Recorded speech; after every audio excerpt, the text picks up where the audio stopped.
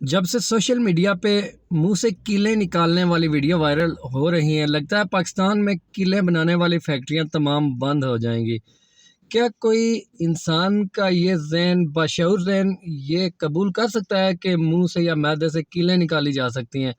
اگر ایسے ممکن ہوتا تو اولیاء کرام، صوفیاء کرام، صحابہ کرام، انبیاء کرام سے یہ سلسلہ کیوں نہیں ثابت ہوتا؟ اگر ایسے ہوتا تو پھر یہ کیلیں بنانے والی فیکٹریاں کیوں ہوتی؟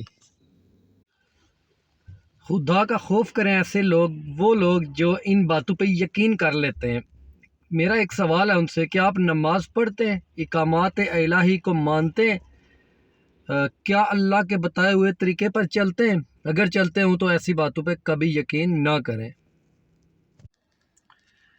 منہ سے کیلیں نکالنے والوں پر جب سوشل میڈیا والوں نے تنقید کی، خوب تنقید کی، اس کے بعد انہوں نے جواز کیا پیش کیا کہ یہ لوگ جلتے ہیں، یہ لوگ منکر اولیاء ہیں، یہ لوگ منکر ہیں، حالانکہ ایسی کوئی بات نہیں ہے۔ نیک وکار لوگوں سے انکار نہیں ہے، ایسے اعمال سے انکار ہے، ایسے جو فرضی اعمال ہیں، جو لوگوں کو پاگل بنانے والے اعمال ہیں، یہ قابل قبول نہیں ہے۔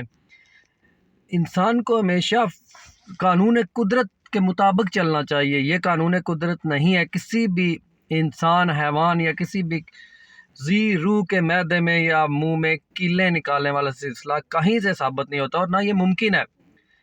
خود وہ جو نکالتے ہیں وہ ایک کیل خود کھا کے تو دکھائیں۔